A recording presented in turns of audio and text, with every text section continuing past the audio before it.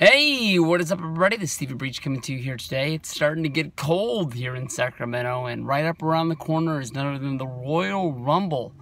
I'm already really looking forward to this match, and it hasn't even, done anything but been announced that it's going to be taking place in San Antonio, in the Alamo Dome. Of course, this is the 20-year anniversary of the, I think it was the 1996 Royal Rumble. At least I'm hoping it was. Maybe it was 1997, one or the other. But it's coming up on the 20-year anniversary of them putting them in the Alamo Dome. Of course, that was headlined by none other than Shawn Michaels versus Psycho Sid. The Royal Rumble was won by Stone Cold Steve Austin, one of the three that he won during his Hall of Fame career. But when it comes down to it, Stone Cold Steve Austin did not get to punch his ticket to WrestleMania for the fact that Stone Cold Steve Austin cheated and snuck back in the Rumble after being eliminated, setting up the In Your House, which I believe is called the Final Four or Fatal Four. I think it had to have been the Final Four, which was, I think it was Stone Cold Steve Austin, Vader, Bret Hart, and Undertaker in there. And that was a damn fun time in wrestling if you were watching at that time.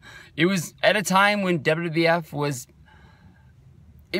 It was on the rise. If you were watching Raw at this point, they were putting on good shows, but they were really having to catch up to WCW and the NWO. I think they were putting on better shows at this point than Nitro was, but just Nitro had a bigger fan base, so they weren't winning the Monday Night War by the ratings, if that's what you were keeping track of it. But if you were a fan, I'm guaranteeing at this time you were watching Raw more because of what was going on with Shawn Michaels, DX, Stone Cold Steve Austin, the whole heel Bret Hart.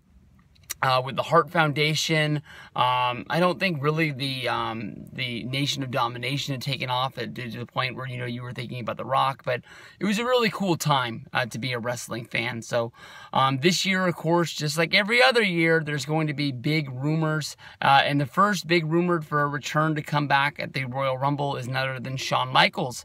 Shawn Michaels is a guy that's always been thrown out there to have some sort of a return.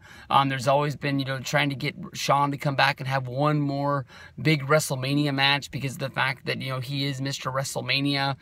We've had rumors of him coming back and having a split between him and Triple H. We've been having him try and beat the Undertaker's streak one more time, and all those things have always got knocked off. Last year they were, maybe trying to do student versus teacher. I think they've been trying to do that for a while, of Shawn Michaels against Daniel Bryan as some sort of a dream match. And, Michaels was able to shoot that one down for the fact that, he said that student versus teacher has been done 1,000 times.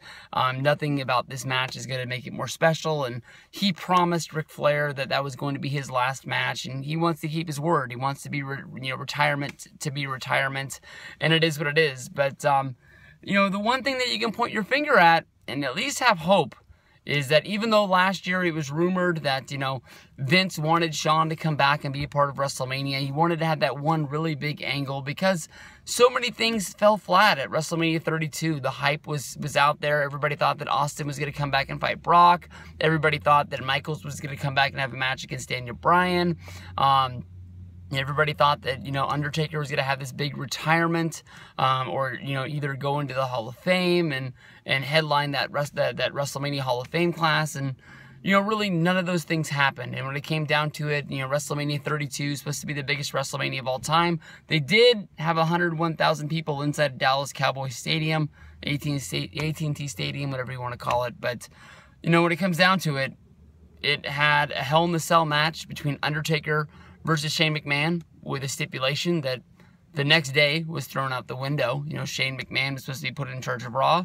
He lost, and he still got put in charge of Raw. And now he's in charge of SmackDown.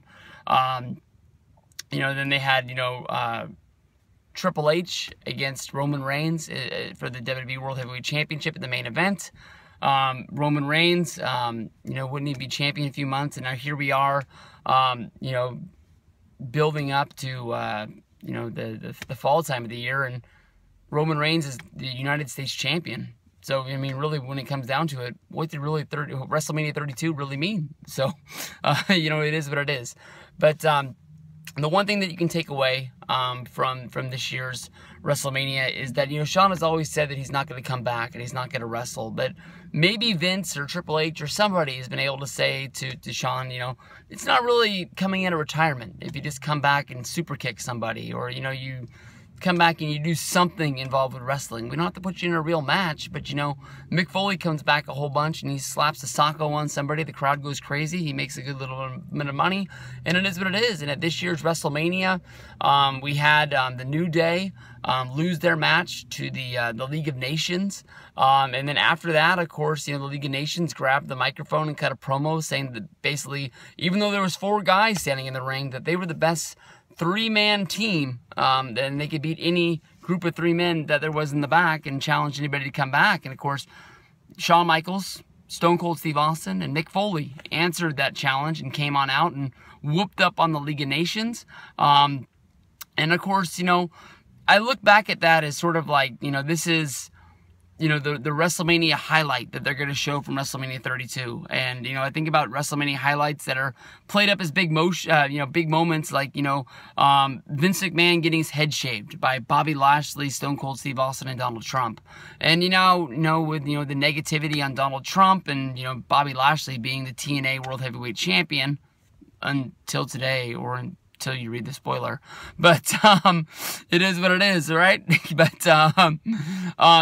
because of the fact Bobby Lashley left because of the way he does, they don't really treat that as one of the biggest moments in WWE history, even though WrestleMania that year, being there in Ford Field, that was a big moment at its time, but just Bobby Lashley didn't pan out to be the WWE superstar that they thought he was going to be at that time. Of course, the fallout that he had between him and Doc Hendricks, it is what it is. And, Stone Cold Steve Austin, Shawn Michaels, Mick Foley, all having their, WrestleMania returns, coming out and beating up on Alberto Del Rio, no longer in the company. Wade Barrett, no longer in the company. Sheamus and Rusev, as of right now, look like they're probably going to be WWE lifers, but who knows if Shawn super kicked the wrong guy, and they're just not going to want to play that because they're not going to want to put over somebody who's not in the company anymore. So, maybe Shawn would want to come out, try his best to go after that championship shot. He won 2 Royal Rumbles during his time, so it makes sense. Bring him out there. You're running out of legends as it is because they're getting older and older, and Shawn is a guy that, even though he's not wrestling anymore, straps those tights on like he did at WrestleMania 32, shimmies on down, hits a few moves and ducks over the top and collects a payday. I want to see it.